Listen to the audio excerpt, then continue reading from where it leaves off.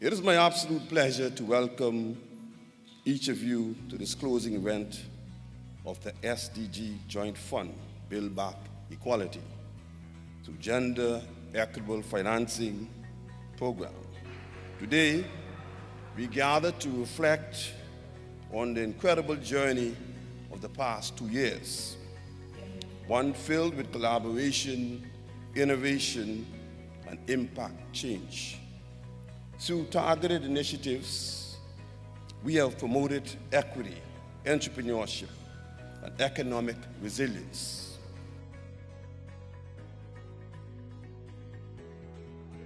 So first of all, BDB is remaining committed to the goals of the project, which is to scale up entrepreneurial businesses so that they can access larger regional funds. So we're going to work with the persons that we funded throughout this project to help them scale their businesses. We're also going to take a lot of the research that was done into this project and create new financing tools and projects. What was great for us is that we had a facilitator, Steve Pratt, who was amazing. And we would have meetings through the program, and like I said, her being there on island was just really great for us. And the funding that we got from it, it's allowing us now to purchase certain equipments that would help us to increase our production. As it's just my husband and wife team at the moment.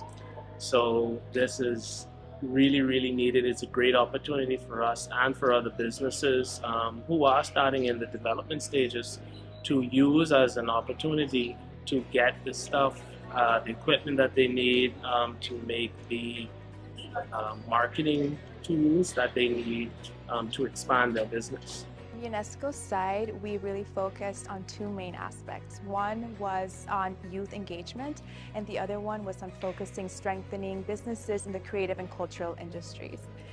Within that framework, we worked in collaboration with SBDC as well as the Ministry of Youth in order to implement an accelerator program that was targeting young people, women and persons with disabilities that are working within the creative and cultural industry. I participated in the Youth as Researchers program as a youth researcher, and so through this program we were able to explore governmental initiatives specifically within the entrepreneurial realm for gender equality. So as you know, we live in the Caribbean that is a data desert, and so I was grateful to be a part of the Youth as Researchers initiative as a researcher because it allowed me to kind of contribute to a knowledge product and a policy brief that would contribute to the larger scale of knowledge on this topic in the country. The lasting impacts that I'd say we need to see change in, we need to have established union bodies or even associations for specific industries that are male dominated. For example, tourism, construction, development, fields that women are not commonly a part of, as well as the beauty industry that women saturate. There's not enough support for them specifically, and they do face gender-specific barriers.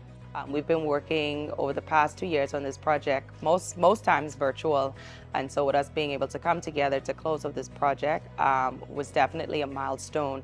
We went through a lot of trials and tribulations, but the outcome of it was very successful, knowing that we impacted a lot of women entrepreneurs, also persons with disabilities, and also persons from the youth and creative industries. So I think the project was great in building partnerships with the Bahamas Development Bank and SBDC, for example, and those partnerships will be lasting. We have heard that the Bahamas Development Bank, some of the projects and some of the initiatives, such as the SDG Joint Loan Facility, will be something that will be carried forward and communicated as a good practice across the region.